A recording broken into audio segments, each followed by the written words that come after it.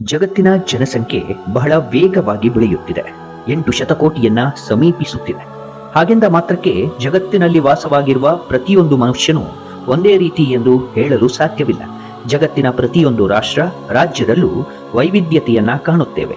ಅಷ್ಟೇ ಏಕೆ, ಭಾರತವನ್ನ ವೈವಿಧ್ಯತೆಯ ರಾಷ್ಟ್ರ ಎಂದೇ ಗುರುತಿಸಲಾಗುತ್ತೆ. ಇಲ್ಲಿನ ಸಂಸ್ಕೃತಿ, ವೇಷಭೂಷಣ, ಭಾಷೆ, ಜನ ಹೀಗೆ ಪ್ರತಿಯೊಂದರಲ್ಲೂ ವೈವಿಧ್ಯತೆಯನ್ನ ಗುರುತಿಸಲು ಸಾಧ್ಯವಿದೆ. ಸಮಾಜದಲ್ಲಿ ಕುಟುಂಬ ವ್ಯವಸ್ಥೆ ಅತ್ಯಂತ ಪ್ರಾಮುಖ್ಯತೆಯನ್ನ ಪಡೆದುಕೊಂಡಿರುವ ಒಂದು ಸಂಸ್ಥೆ. ಇದು ನಿನ್ನೆ ಮೊನ್ನೆಯಿಂದ ಗುರುತಿಸಿಕೊಂಡ ಸಂಸ್ಥೆಯಲ್ಲ, ಪುರಾತನ ಕಾಲದಿಂದಲೂ ಅಸ್ತಿತ್ವದಲ್ಲಿರುವ ಸಂಸ್ಥೆಯಾಗಿದೆ. ಹಿಂದಿನ ಕಾಲದಲ್ಲಿ ಅವಿಭಕ್ತ ಕುಟುಂಬಗಳು ಇದ್ವು. ಮನೆ ತುಂಬೆಲ್ಲ ಜನ ತುಂಬಿ ತುಳುಕುತ್ತಿದ್ರು. ಆದರೆ ಈಗ ಕಾಲ ಬದಲಾಗಿದೆ. ಕುಟುಂಬದ ಗಾತ್ರ, ಆಕಾರಗಳು, ಸ್ವರೂಪ ಎಲ್ಲವೂ ಬದಲಾಗಿದೆ.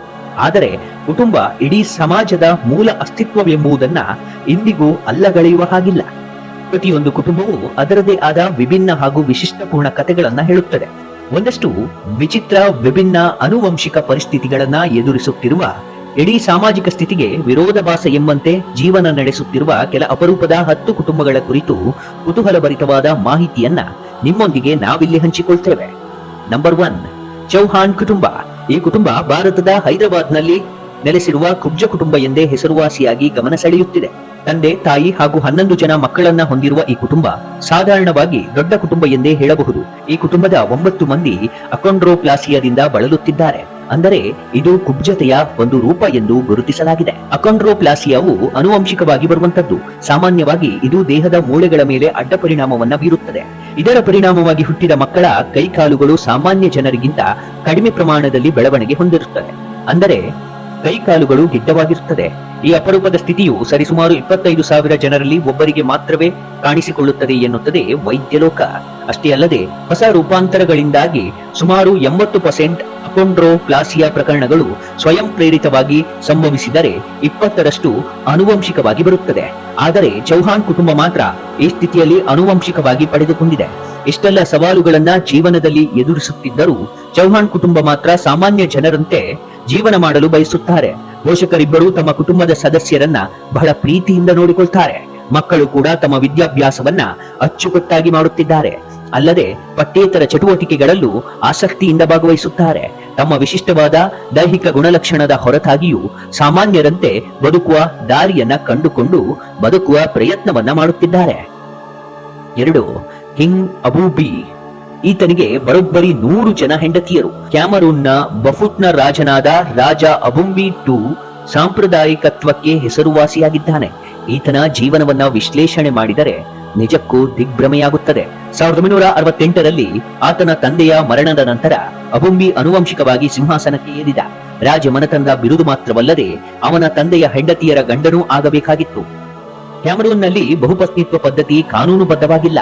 ಆದರೆ ಸಾಂಪ್ರದಾಯಿಕ ದೃಷ್ಟಿಯಿಂದ ಸಾಕಷ್ಟು ಆಳವಾಗಿ ಬೇರೂರಿದ್ದು ರೂಢಿಯಲ್ಲಿದೆ. ಸಿಂಹಾಸನದ ಉತ್ತರಾಧಿಕಾರಿಯಾಗಿಯೂ ತನ್ನ ಹಿಂದಿನ ಎಲ್ಲಾ ಹೆಂಡತಿಯರನ್ನ ಆನುವಂಶಿಕವಾಗಿ ಪಡೆಯುತ್ತಾನೆ. ಹೀಗಾಗಿ ತನ್ನ ಸ್ವಂತ 28 ಹೆಂಡತಿಯರ ಜೊತೆಗೆ ಅಬುಂಬಿ ತನ್ನ ತಂದೆಯ 72 ಹೆಂಡತಿಯರ ಜವಾಬ್ದಾರಿಯನ್ನ ಸ್ವಂತ ಹೊತ್ತುಕೊಂಡಿದ್ದಾನೆ. ಇದರ ಜೊತೆಗೆ ಕೌಟುಂಬಿಕ ಜವಾಬ್ದಾರಿಗಳು, ಪಾಲನೆ ಮತ್ತು ಯೋಗಕ್ಷೇಮವೂ ಈತನೇ ನೋಡಿಕೊಳ್ಳಬೇಕು. ಈತನಿಗೆ 100 ಹೆಂಡತಿಯರಿಂದ 500ಕ್ಕೂ ಹೆಚ್ಚು ಮಕ್ಕಳಿದ್ದಾರೆ. ಹಿರಿಯ ಹೆಂಡತಿಯರು ಕಿರಿಯ ಹೆಂಡತಿಯರಿಗೆ ಅರಮನೆಯ ಶಿಷ್ಟಾಚಾರ ಮತ್ತು ಸಂಪ್ರದಾಯಗಳನ್ನ ಹೇಳಿಕೊಡುವ ಕೆಲಸ ಮಾಡುತ್ತಾರೆ. ಆ ಮೂಲಕ ರಾಜಮನೆತನದ ಸಂಪ್ರದಾಯಗಳನ್ನ ರಕ್ಷಣೆ ಮಾಡುವ ಕೆಲಸ ಮಾಡುತ್ತಾರೆ. ಆಧುನಿಕ ಸಂದರ್ಭದಲ್ಲಿ ಕ್ಯಾಮರೂನ್ನಲ್ಲಿ ಬಹುಪತ್ನಿತ್ವ ಅಭ್ಯಾಸವು ಹೆಚ್ಚುತ್ತಿದ್ದು ಸಾಕಷ್ಟು ಸವಾಲುಗಳನ್ನ ಎದುರಿಸುವಂತಾಯಿತು. ಆದರೆ ಅಬುಂಬಿ ಕುಟುಂಬ ಸ್ಥಿರವಾಗಿ ಉಳಿದಿದೆ. ಸಾಮಾಜಿಕ ಬದಲಾವಣೆಯ ಹೊರತಾಗಿಯೂ ಆತ ತನ್ನ ವಿಸ್ತೃತ ಕುಟುಂಬವನ್ನ ನೋಡಿಕೊಳ್ಳುವ ಹೊಣೆ ಹೊತ್ತಿದ್ದಾನೆ. ಇಷ್ಟಾದರೂ 100 ಹೆಂಡತಿಯರು ಹಾಗೂ 500 ಮಕ್ಕಳ ಹೆಸರನ್ನ ನೆನಪಿಟ್ಟುಕೊಳ್ಳುವುದು ನಿಜಕ್ಕೂ ಅಸಾಧ್ಯವಾದ ಸಂಗತಿಯಾಗಿದೆ. 3, ಉಲ್ಲಾಸ್ ಕುಟುಂಬ.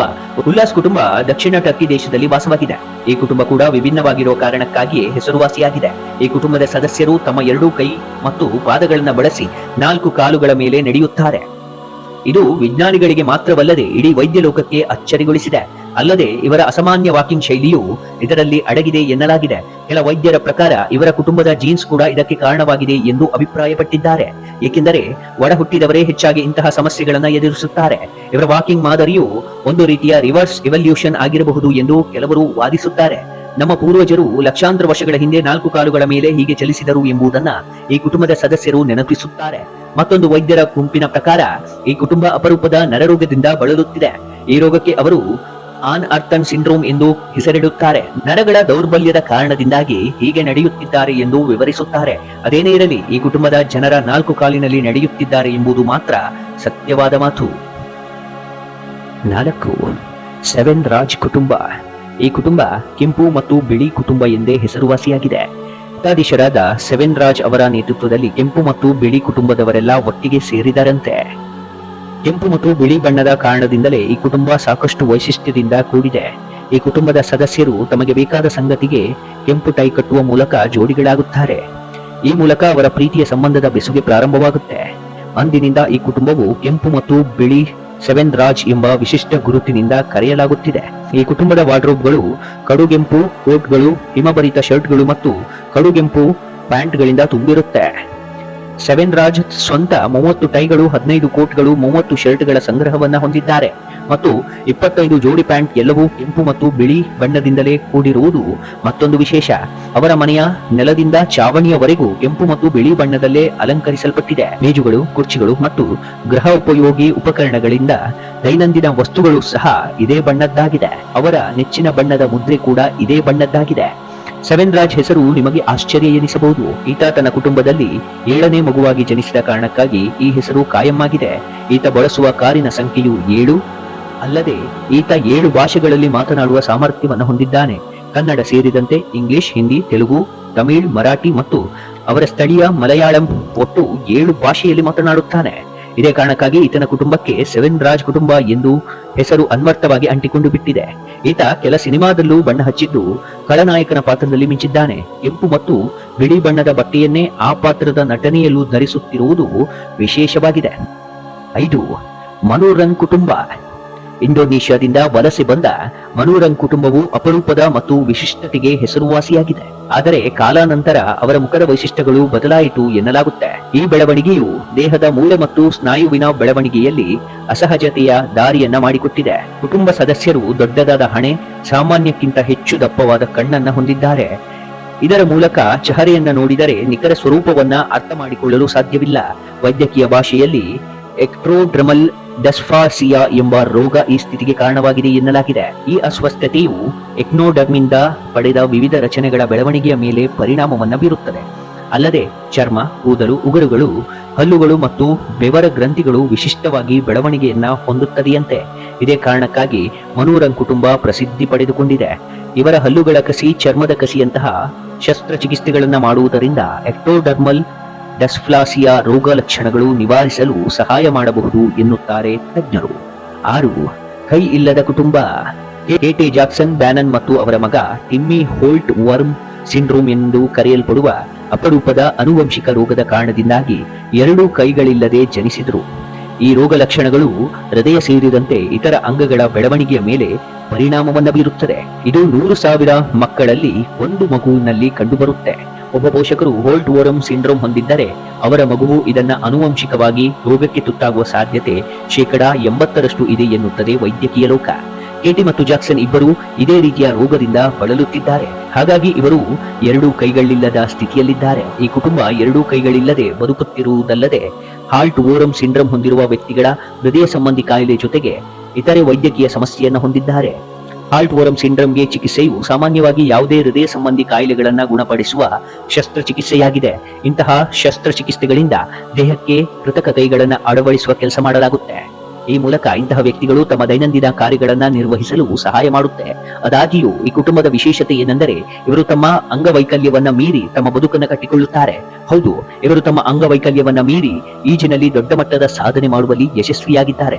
ಬದುಕಿನಲ್ಲಿ ಇವೆಲ್ಲವನ್ನ ಮೀರಿ ಜೀವನ ಕಟ್ಟಿಕೊಳ್ಳುವುದು ಮುಖ್ಯವಾಗಿದೆ. ಅಷ್ಟರ ಮಟ್ಟಿಗೆ ಇವರು ಇತರರಿಗೆ ಮಾದರಿಯಾಗಿ ನಿಲ್ಲುತ್ತಾರೆ. 7. ಲಯನ್ ಕುಟುಂಬ. ಸಾಮಾನ್ಯವಾಗಿ ಜನರು ಮನೆಯಲ್ಲಿ ಬೆಕ್ಕು, ನಾಯಿಗಳನ್ನ ಸಾಕು ಪ್ರಾಣಿಯಾಗಿ ಜೊತೆಗೆ ಇಟ್ಟುಕೊಂಡು ಸಾಕುತ್ತಾರೆ.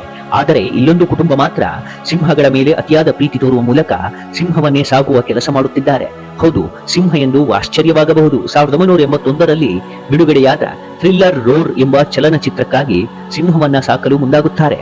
ಎಪ್ಪಿ ಹೆಡ್ರನ್, ನೋಯೆಲ್ ಮಾರ್ಷಲ್ ಮತ್ತು ಅವರ ಮಗಳು ಮೆಲಾನಿ ಗ್ರಿಫಿಕ್ ಅವರು ಚಿತ್ರದಲ್ಲಿ ನಟಿಸಿದ್ದು ಮಾತ್ರವಲ್ಲದೆ ಸಿಂಹಗಳೊಂದಿಗೆ ವಾಸಿಸುವ ಮೂಲಕ ತಮ್ಮ ಪಾತ್ರಗಳಲ್ಲಿ ತಮ್ಮನ್ನು ತಾವು ಸಂಪೂರ್ಣವಾಗಿ ತೊಡಗಿಸಿಕೊಳ್ಳಲು ನಿರ್ಧರಿಸುತ್ತಾರೆ. ಚಿತ್ರೀಕರಣದ ಸಮಯದಲ್ಲಿ ತಮ್ಮೊಂದಿಗೆ ವಾಸಿಸಲು ಅವರು ನೀಲ್ ಎಂಬ ಸಿಂಹವನ್ನ ದತ್ತು ಪಡೆದರು. ಆದಾಗ್ಯೂ ನೀಲ್ ಸಾಮಾನ್ಯ ಸಿಂಹವಾಗಿರಲಿಲ್ಲ, ಅದು ಕಾಡಿನಲ್ಲಿ ವಾಸವಾಗಿದ್ದ ಹಾಗೂ ಪಳಗಿಸಿದ್ದ ಸಿಂಹವಾಗಿತ್ತು. ಆದ್ದರಿಂದ ಚಿತ್ರೀಕರಣದ ಪ್ರಕ್ರಿಯೆಯು ಸುಲಭವಾಗಿ ಸಾಗಿತು, ಏಕೆಂದರೆ ನೀಲ್ ಅವರ ಅನಿರೀಕ್ಷಿತ ನಡವಳಿಕೆಯಿಂದಾಗಿ ಕುಟುಂಬದ ಸದಸ್ಯರನ್ನ ಒಳಗೊಂಡಂತೆ ಪ್ರತಿಯೊಬ್ಬರೂ ಸಾಕಷ್ಟು ಅಪಾಯವನ್ನ ಉಂಟುಮಾಡಿತ್ತು. ಅಪಾಯ ಮತ್ತು ಸವಾಲುಗಳ ಹೊರತಾಗಿಯೂ ಕುಟುಂಬವು ಸಿಂಹವನ್ನ ಸಾಕುವುದನ್ನ ಮುಂದುವರಿಸಿತು. ಅಲ್ಲದೆ ಚಲನಚಿತ್ರ ಅಂತಿಮವಾಗಿ ಪೂರ್ಣಗೊಂಡಿತು. ಆದಾಗ್ಯೂ ಚಿತ್ರತಂಡ ಕೂಡ ಸಾಕಷ್ಟು ಆರ್ಥಿಕ ನಷ್ಟವನ್ನು ಅನುಭವಿಸಬೇಕಾಯಿತು. ಈ ಚಿತ್ರಕ್ಕಾಗಿ ನಿರ್ಮಾಪಕ $17 ಮಿಲಿಯನ್ ಹಣ ಹೂಡಿಕೆ ಮಾಡಿತ್ತು. ಸಾಕಷ್ಟು ದೊಡ್ಡ ಬಜೆಟ್ ಚಿತ್ರ ಗಲ್ಲಾಪಟ್ಟಿಗೆಯಲ್ಲಿ $2 ಮಿಲಿಯನ್ ಹಣ ಗಳಿಸುವಲ್ಲಿ ಯಶಸ್ವಿಯಾಯಿತು. ಲಯನ್ ಫ್ಯಾಮಿಲಿಯ ಧೈರ್ಯಶಾಲಿ ಸಾಹಸವನ್ನ, ಅಪಾಯಕಾರಿ ಮತ್ತು ಆರ್ಥಿಕ ನಷ್ಟದ ಹೊರತಾಗಿಯೂ ಇವರ ಧೈರ್ಯವನ್ನ ನಿಜಕ್ಕೂ ಮೆಚ್ಚಲೇಬೇಕು. ಅಷ್ಟರ ಮಟ್ಟಿಗೆ ಸಿನಿಮಾ ಜಗತ್ತಿನಲ್ಲಿ ಹೊಸ ಪ್ರಯತ್ನವೊಂದಕ್ಕೆ ಕೈ ಹಾಕಿದ್ದಂತೂ ಸುಳ್ಳಲ್ಲ. ಪ್ರಪಂಚದಾದ್ಯಂತ ಅತಿ ಹೆಚ್ಚು ಕೂದಲಿರುವ ಕುಟುಂಬ ಎಂದೇ ಪ್ರಸಿದ್ಧವಾಗಿರುವ ಕುಟುಂಬವು ಹೈಪರ್ಟ್ರಿಕೋಸಿಸ್ ಎಂದು ಕರೆಯಲ್ಪಡುವ ಅಪರೂಪದ ಆನುವಂಶಿಕ ರೋಗವನ್ನು ಎದುರಿಸುತ್ತಿದೆ. ಈ ಅಪರೂಪದ ಕಾಯಿಲೆಯು ಅವರ ಸಂಪೂರ್ಣ ದೇಹದಲ್ಲಿ ಅತಿಯಾದ ಕೂದಲು ಬೆಳೆಯುವಂತೆ ಮಾಡುತ್ತದೆ. ಇಡೀ ಕುಟುಂಬದ ಸದಸ್ಯರು ಇಂತಹ ಅತಿ ಅಪರೂಪವಾದ ರೋಗದಿಂದ ಬಳಲುತ್ತಿದ್ದಾರೆ. ದೇಹದಾದ್ಯಂತ ಕೂದಲು ಏಕರೂಪವಾಗಿ ಹರಡುತ್ತೆ.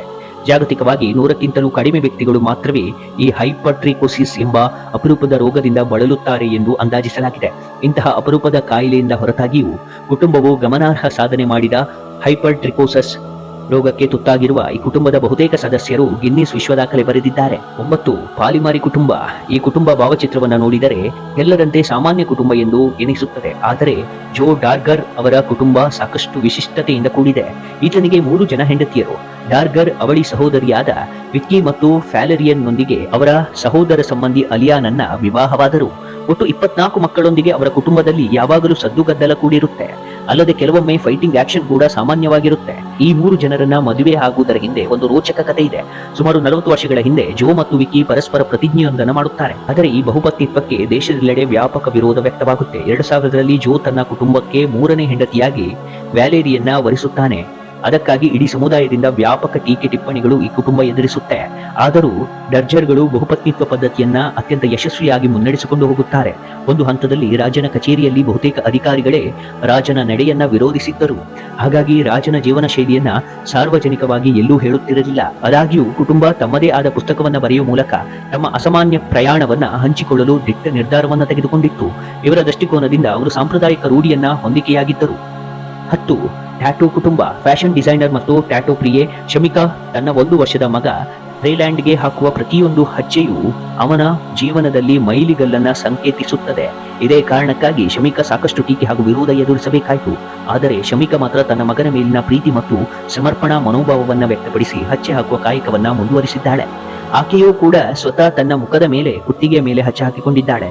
ಟ್ಯಾಟೂಗಳನ್ನ ಆಕೆ ವೈಯಕ್ತಿಕ ಅಭಿವ್ಯಕ್ತಿಯ ರೂಪವಾಗಿ ನೋಡುತ್ತಾಳೆ ಹೊರತು ಅದು ಯಾವುದೇ ಋಣಾತ್ಮಕ ಭಾವವಲ್ಲ ಎಂದು ಭಾವಿಸುತ್ತಾಳೆ. ಹಚ್ಚೆಗಳ ಮೇಲಿನ ಈ ಪ್ರೀತಿ ಫ್ಯಾಷನ್ ಡಿಸೈನರ್ ಕೂಡ ಆಗಿರುವ ಶಮಿಕಾಳಿಗೆ ತನ್ನ ಕೆಲಸದ ಮೇಲಿರುವ ಬದ್ಧತೆಯನ್ನು ತೋರುತ್ತದೆ. ಹಚ್ಚೆ ಶೈಲಿಯ ಮಾದರಿಗಳನ್ನ ಹೊಂದಿರುವ ಬಟ್ಟೆಯನ್ನು ರಚಿಸುತ್ತಾಳೆ. ಆದರೆ ಶಮಿಕಾ ತನ್ನ ಮಗುವಿಗೆ ಹಚ್ಚೆ ಹಾಕುವ ನಿರ್ಧಾರ ಸಾಮಾಜಿಕ ಮಾಧ್ಯಮದಲ್ಲಿ ದೊಡ್ಡ ಮಟ್ಟದಲ್ಲಿ ಸಂಚಲನವನ್ನೇ ಹುಟ್ಟುಹಾಕುತ್ತೆ.